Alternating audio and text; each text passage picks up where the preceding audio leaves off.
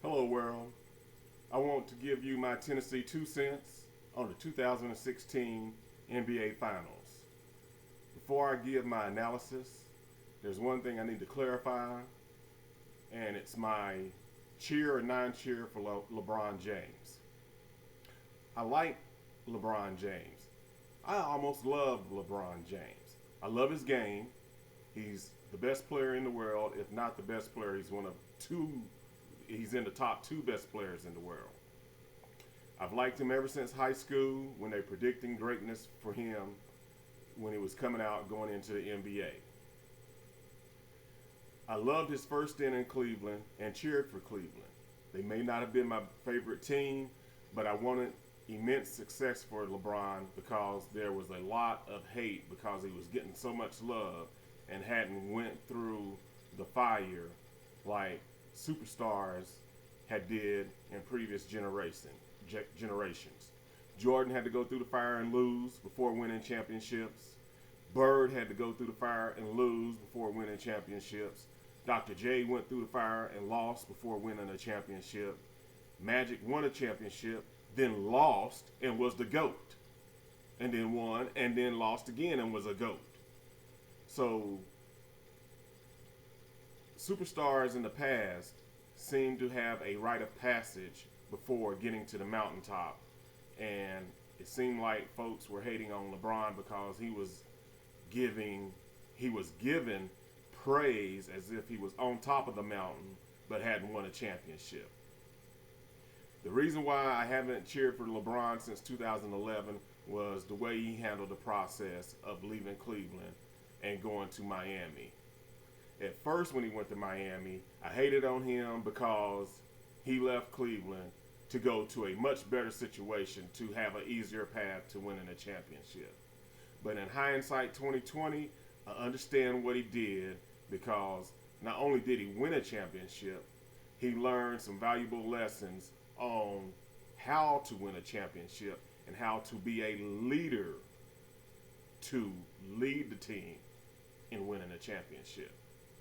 So coming back to this incarnation of Cleveland, I still want him to go through some growing pains before he wins a championship. But I've digressed.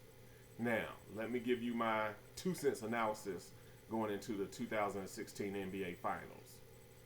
First, Cleveland. Well, first and foremost, I'm choosing and I'm rooting for Golden State to win this championship. Either they're going to win it in 5 games or in 7 games.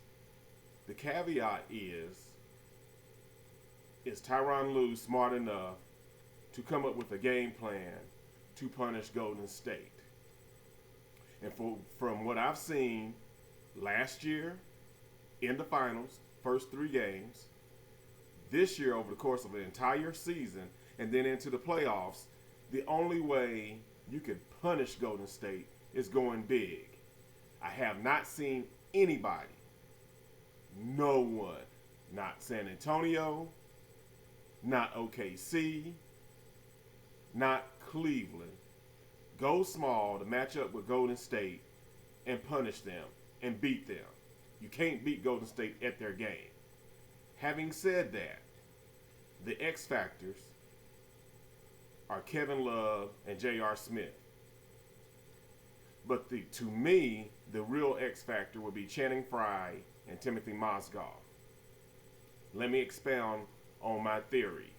Kevin Love is too wishy-washy up and down to count on to be a consistent X factor to win Cleveland a championship.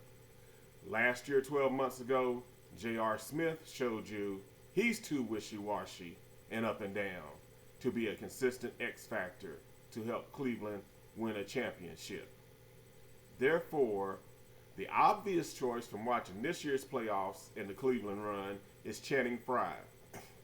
He's the first big man off the bench. He hits threes. He has good basketball IQ, plays smart, and is decent on defense. And if Golden State goes small, he has the opportunity to go down into the low post and punish them.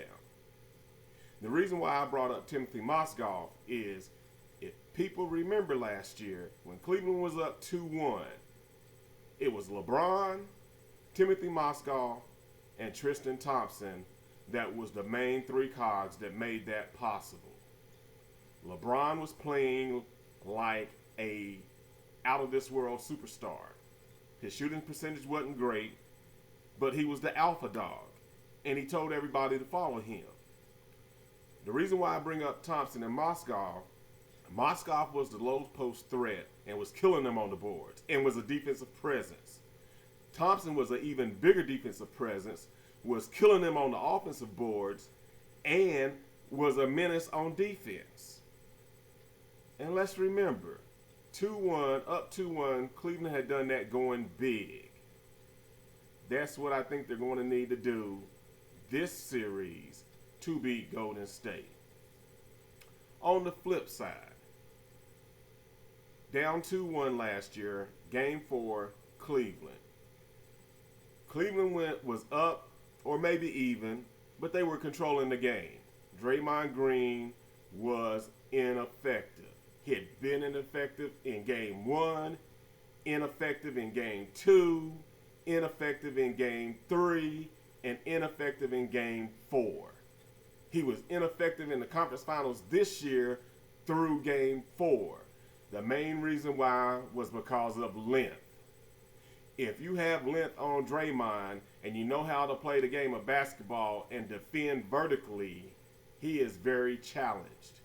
If he's challenged, Golden State's half-court offense is challenged. It limits the opportunities and options of Klay Thompson and Steph Curry. How Golden State solved that puzzle last year was putting David Lee into the lineup. People forget before the injuries, David Lee was a walking double-double in New York with the Knicks before they traded him, playing beside Channing Frye, who was damn near a walking double-double too at the same time with the New York Knicks. He goes to Golden State, enhances his numbers, and was an all-star before Steph Curry. Walking double-double. When they put him in Game 4 last year in Cleveland, that 15 to 18-foot elbow jumper was killing Cleveland. And once he started hitting and they had to honor the jumper, then he put it on the floor, took it to the hoop, and killed Cleveland even more. And once he got going, he opened everything up for Steph Curry and Klay Thompson to do their thing and assassinate Cleveland, win the last 3 games, and win the series. Guess who's missing from the Golden State lineup or a roster this year? David Lee. Guess what they didn't do when they let him go to Boston? They didn't replace him with a talented person. Yes, I know most Spates can hit 15 to 18-foot jumpers, but he's nowhere near consistent as David Lee, and he's not nowhere near the rebounder of David Lee. That will be a glaring weakness in this series if Tyronn Lue is smart enough to go to Timothy Mozgov, if Kevin Love and J.R. Smith do what they normally do. Up, down, up, down. Mozgov was a consistent 18 to 20 point scorer last year in the finals, averaging 10 rebounds, and Tristan Thompson was averaging 10 plus rebounds a game last year also. If Cleveland really wants to win this championship for LeBron, my take is go big, punish, dominate Golden State. Again, having said that, I'm cheering for Golden State.